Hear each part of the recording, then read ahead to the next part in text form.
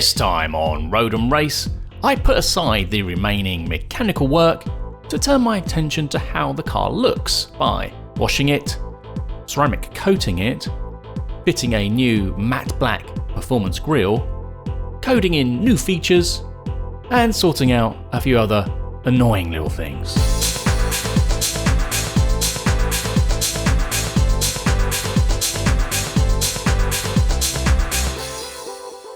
In the last episode, I completely overhauled the braking system by replacing the discs, pads, hoses, and fluid. I also sorted out the unloved alloy wheels and solved the mystery of why my tyre kept going flat. Now, I still have a number of mechanical things still to do to this car, but I think it's got to that stage where I just want to get on with making the car look good.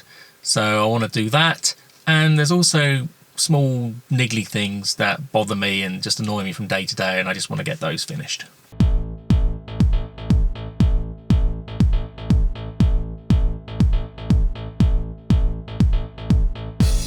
So, starting with the exterior of the car, let's give it a good wash.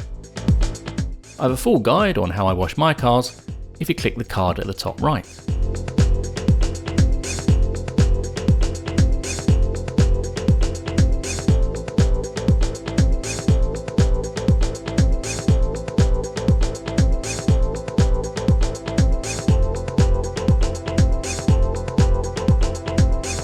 I like to ceramic coat my cars as I think it has a few advantages.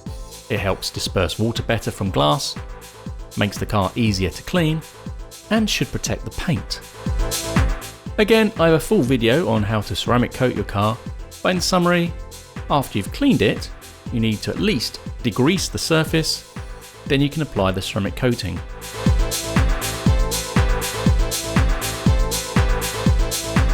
Leave for 5 minutes, then buff off. I'm using Armour Shield ceramic coating from Avalon King. There's a link in the description box. They also now sell a full prep kit that includes the car soap and the degreaser. It also includes a microfiber wash glove and a clay bar glove that allows you to go that extra mile and thoroughly clean your paint before coating.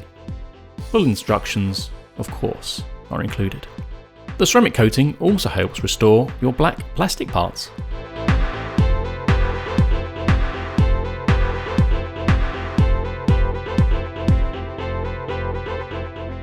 Moving on to how the car looks at the front, I'm not a big fan of the chrome grille.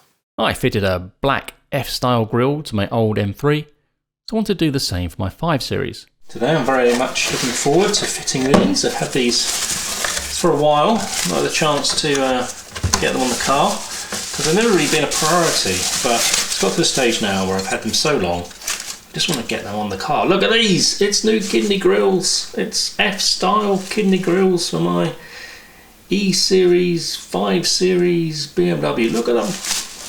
Gorgeous.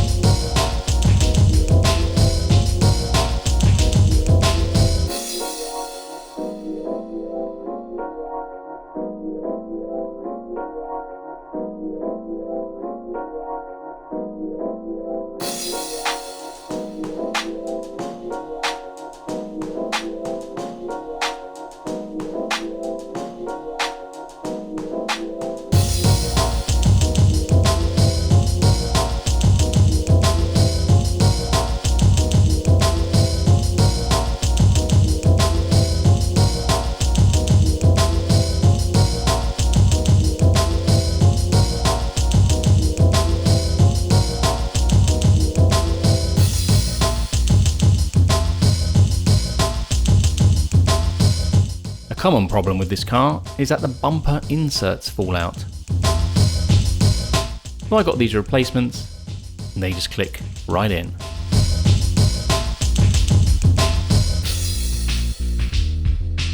And there she is, all done. Beautiful.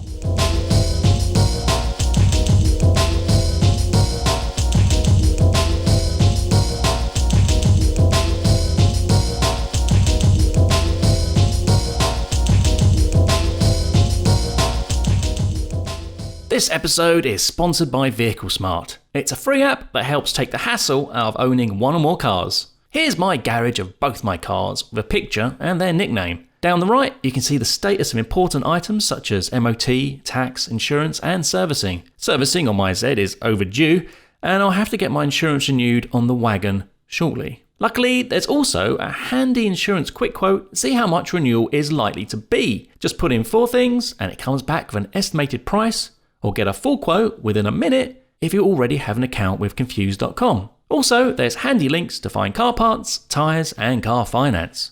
Download Vehicle Smart for free now for iOS and Android. Link in the description box. So now on to coding. What is coding, I hear you say? Well, it's a way of customising your car by making changes to settings that the manufacturer doesn't let you have access to. I'm using the Carly for BMW app and there's a boatload of settings you can change. I'm going to show you the couple I've done. So my driveway has no external light, and when I get home from work in the winter months it's usually pitch black, so the walk from my car to the door basically involves me stumbling around in the dark. The Follow Me Home Lights feature allows you to set a duration for automatically keeping the car's headlights on so you can get down the drive more easily. When you've parked up, simply pull the high beam stalk, the lights come on, you can get out, lock the car and more easily get to your front door. On the flip side, the Welcome Lights feature will let you select which lights turn on when you unlock the car. In this case, I've selected the low beams, high beams and brake lights. This should help you find the car more easily in the dark. Finally, for some reason BMW don't show you the digital speedo, but it exists. Just code it in and there it is. Now this is a common fault on this car and also a lot of BMWs. The rear wiper just stops working. Essentially, water and dirt get inside the rear wiper mechanism.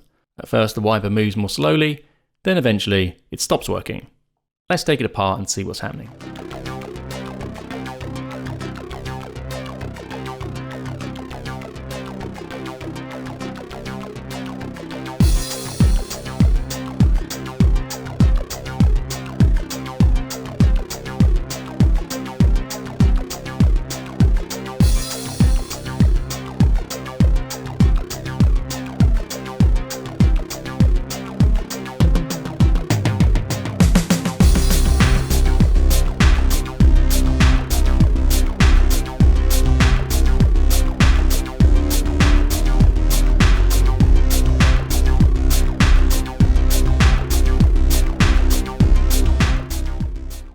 This spindle here should spin freely inside this shaft, and it's driven by this little crank at the back, so this should move freely, but without a tool it's almost impossible to move that. So what you can do is try and grease inside here and then wiggle the back and wiggle this out. So my plan was to try to get the spindle out, clean up any corrosion, get rid of the dirt, then re-grease. It turns out this wiper pivot is actually quite fragile as it snapped on me as I was trying to do all that. BMW want just under £100 this part. I managed to find a slightly used one for £30. As you can see, it all moves freely. I've also made sure to re-grease the spindle. And here it is, all back together and working well again. Onto the front of the car, and the original wiper blades were leaving a distracting smear, so I got some new ones. I like the Bosch Aero Twin ones, which just click straight on. And clean very well. Finishing up, here's a list of the small annoying things I've now fixed. When I bought the car, it had about 1 million air fresheners hanging off the rear view mirror. No idea why. Anyway, I think they stink.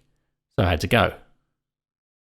Another problem with used BMWs is that the pads that are used to jack up the car often go missing. Here you can see one fitted, and here you can see one's missing. Luckily, spare ones are cheap, and they just click back into place. Next time on Road and Race, I finish off the servicing by changing, amongst other things, the glow plugs, air filters, and power steering fluid. I then investigate the swirl flap problem.